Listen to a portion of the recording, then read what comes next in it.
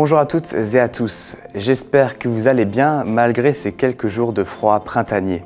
Installez-vous bien confortablement, c'est l'heure des actus, voici le sommaire. Ce week-end, dans toute la Comcom, c'était le nettoyage de printemps. On va faire le tour dans toutes les communes, mais d'abord, direction Utenhofen. Les bénévoles s'activent pour ramasser les déchets le long de la route. Retour en bref sur le conseil communautaire. À l'espace cuirassier ce lundi, les élus ont notamment finalisé l'année budgétaire de 2021, fixé les taux et les budgets primitifs pour 2022. Et depuis quelques jours, vous pouvez visiter le nouveau site internet de la commune de Gundershofen. Après 6 mois de refonte du site, il est opérationnel. Le maire vous fait la visite virtuelle. Et avant de commencer les actus, voici le résultat du premier tour des élections. Qui avez-vous désigné pour le second tour dans vos communes ? En 2017, la candidate d'extrême droite Marine Le Pen était arrivée en tête partout, c'est à nouveau le cas cette année. Elle réalise son plus gros score à Dambar avec presque 46% des voix. En deuxième position, dans toutes les communes également, vous avez désigné Emmanuel Macron. Plus haut score pour lui à Utenhofen avec près de 31% des voix. Retour aux urnes le 24 avril. On commence ces actus par un fait divers, plus précisément un feu à la fonderie de Niederbronn. Ce lundi 4 avril dans la soirée, l'incendie a touché les locaux techniques sur plusieurs étages. 70 pompiers sont intervenus pour éteindre les flammes. C'est devenu une habitude. Début avril, les communes mobilisent leurs habitants pour le traditionnel nettoyage de printemps. Dès le matin avant 9h, le maire d'Utenhofen répartit les habitants sur les différents axes autour du village. L'objectif, nettoyer les abords de la route. Peu après 8h, les bénévoles s'activent déjà à Utenhofen pour le nettoyage de printemps organisé ce samedi 2 avril dans toute la Comcom.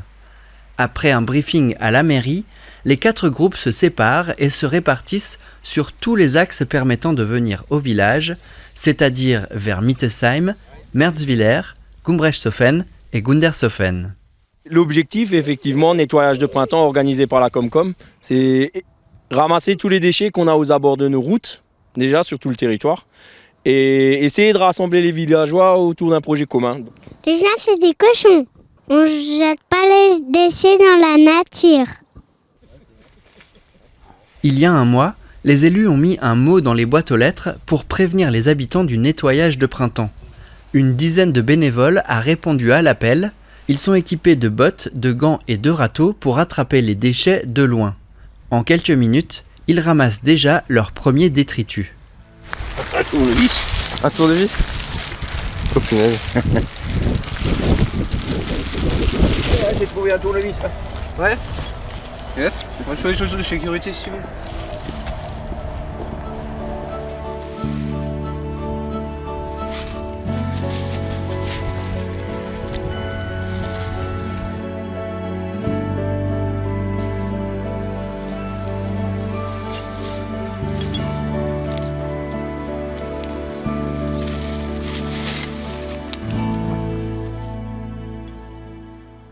Il y a aussi des carreaux de carrelage, des mouchoirs, des masques, des fils, des bouteilles en plastique ou encore des boîtes métalliques.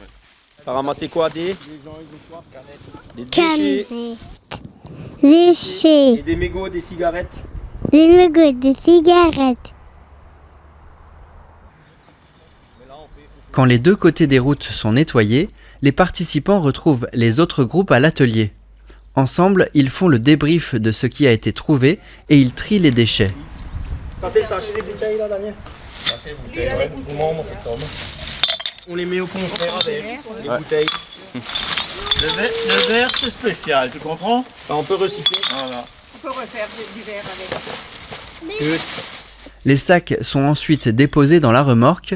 Ils seront rassemblés dans une benne avec les déchets des autres communes. Ça c'est l'ouvrier communal qui les a récupérés. Le long de la route aussi ou... Ouais. Ah ouais. Ouais, c'était il y a 3 semaines. Hein. Mais la matinée n'est pas finie. Les bénévoles s'activent maintenant sur la place à côté de la mairie. Nous, pour Utenhofen, on y a encore ajouté une matinée journée citoyenne, plus ou moins. Donc aujourd'hui, on va un peu participer à la décoration de nos massifs en les regarnissant pour les écorces. Un samedi matin très productif. Les bénévoles, petits et grands, ont contribué à l'embellissement du village à l'intérieur et à l'extérieur. Après l'effort, le réconfort, tous se retrouvent pour un repas convivial, histoire de passer un bon moment ensemble après cette période de Covid où rien n'avait pu être organisé. Et je vous le disais juste avant, toutes les communes ont joué le jeu du nettoyage de printemps. Les bénévoles donnent de leur temps pour nettoyer les villages. Petit tour d'horizon sur notre Comcom.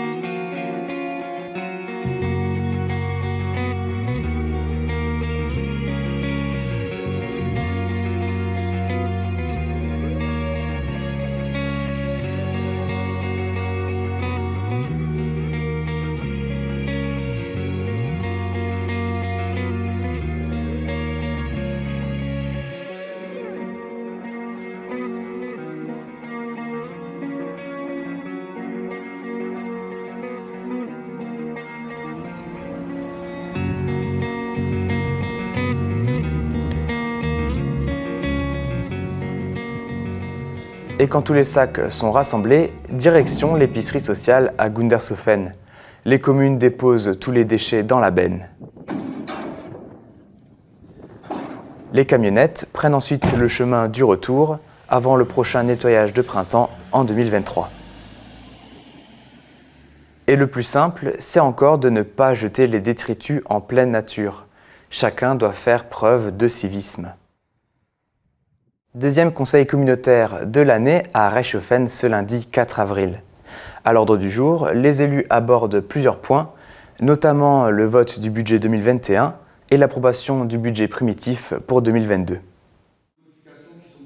Concernant le développement économique, la Comcom approuve la vente de 2 terrains à 2 entreprises dans la zone du Dreieck. À noter dans le point urbanisme, quelques modifications concernant le PLUI, le plan local d'urbanisme intercommunal. Par exemple, certaines zones ont été réajustées pour être plus cohérentes avec les terrains existants. 7 propriétaires de Dinswiller souhaitent un classement différent. Selon Léa Dens du cabinet OTE en charge du PLUI, la tendance est plutôt de réduire les zones constructibles. C'est le cas dans les autres communes. Donc à Zinswiller, ça concerne un lotissement et vous voyez sur l'illustration en bas à droite qu'un certain nombre de maisons ont été coupées par la limite de la zone UB. La révision allégée porte sur le rétablissement strict de la limite. Avec pour objectif de rétablir des erreurs qui ont été commises. Des erreurs où, vous savez, vous avez vu, le plan de zonage coupé les maisons en 2 parties. Donc ces erreurs-là, on souhaite les corriger. Et toujours dans la partie urbanisme, un projet a été adopté à Rothbard concernant le terrain de football.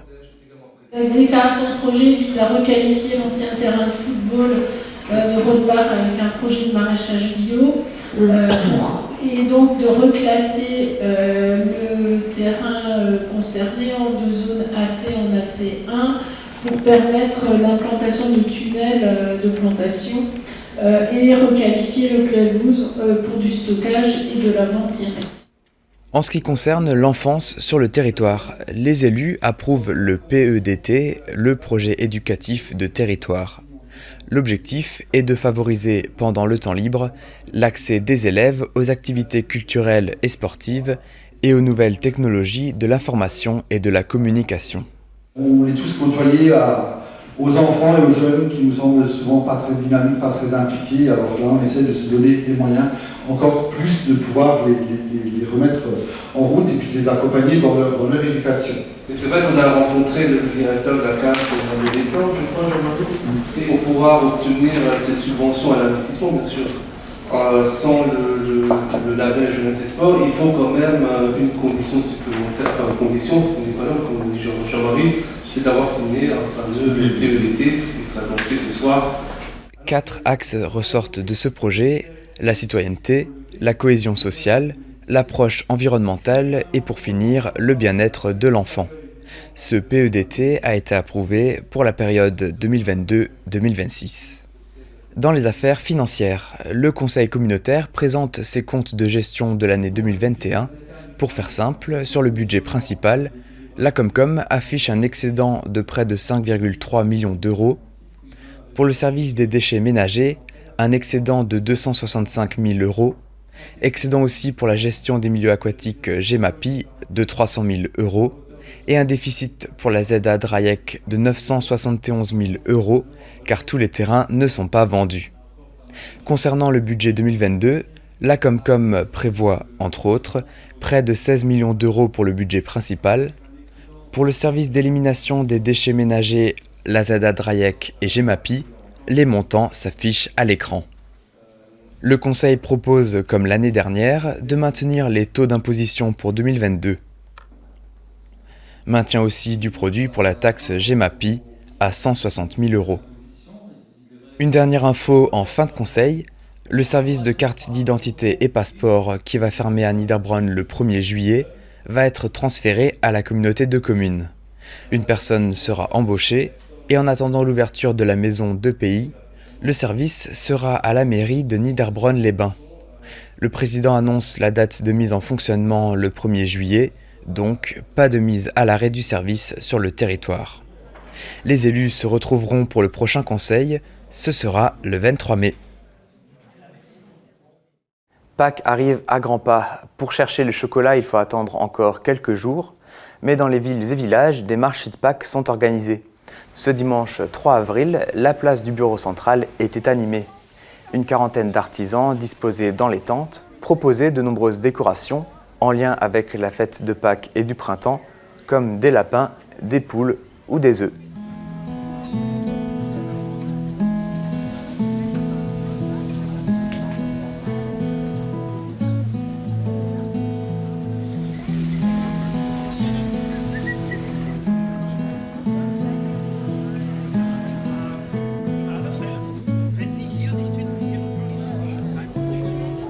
Les artisans exposent et vendent des produits variés. Céramique, bois, cuir, papeterie, textile, bijoux. Et il y a aussi de quoi se nourrir. Plusieurs stands proposent des gaufres, des confitures, du miel, des saucisses ou bien des bretzels. L'association Les Écoliers de Niederbronn propose un atelier bricolage. D'autres bricolages ont été faits par les enfants de l'école maternelle et primaire. Par exemple, des formes et des cartes à planter, ainsi que des tulipes et des papillons. L'association vend aussi des gâteaux. Les profits permettront de renflouer les caisses de l'école pour acheter du matériel et payer de futures sorties. Année particulière pour l'Ukraine, la présence de l'association alsacienne Les Enfants de Tchernobyl est marquante. Comme chaque année, elle vend des œufs en bois peint venant d'Ukraine, 10 000 pour les enfants de Tchernobyl. Les bénéfices permettront de financer des projets humanitaires en faveur des victimes des retombées radioactives de la centrale nucléaire. Une manifestation riche, histoire d'inaugurer la saison printanière à Niederbronn-les-Bains. Pour communiquer efficacement, une commune possède différents outils papier et numériques, par exemple le Blatel, les réseaux sociaux ou encore le site internet. D'ailleurs, celui de Gundershofen a eu le droit à une nouvelle beauté. On découvre ça dans ce reportage. Avec la nouvelle équipe, la municipalité de Gundershofen renouvelle depuis maintenant quelques années sa communication. On a déjà pu voir le logo, sa présence sur les réseaux sociaux et sur une appli, et depuis le 1er avril, un nouveau site internet. L'ancien n'était plus à jour depuis un moment, il y avait des problèmes d'accessibilité, d'actualisation des contenus, et il fallait aussi mettre à jour l'aspect graphique. Et on partait quand même d'une page blanche parce qu'il y avait tout à refaire. C'était pas juste une mise à jour, mais il fallait tout retravailler de A à Z.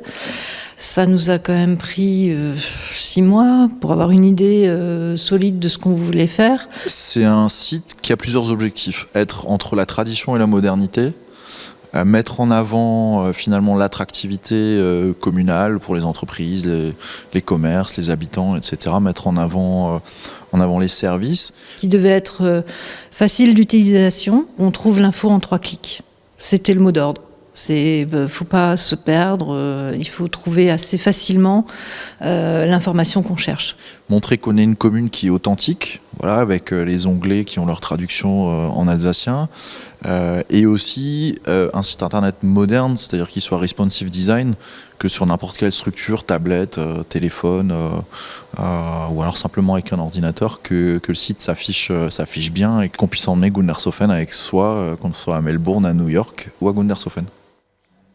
Il y a plusieurs points d'entrée pour aller sur le site, que l'on soit senior, jeune, habitant ou non, ou encore un professionnel. Sur le côté, il y a aussi des pictogrammes pour amener à d'autres accès. On a quatre onglets principaux. Finalement, l'onglet principal, Ma Ville, c'est celui où on retrouve son histoire, ses élus, le bulletin municipal, les services, etc. Ensuite, animation et services, là c'est plutôt un gros onglet thématique entre enfance et jeunesse, école, CCAS, bibliothèque, l'escale, les associations, les déchets, le cimetière aussi, c'est important quand même malgré tout. Un onglet spécial sur les pompiers, puisque on cherche toujours à recruter des pompiers. Et après, les démarches, c'est-à-dire grosso modo les principales démarches administratives, que ce soit s'inscrire sur les listes, se marier, les différents actes administratifs.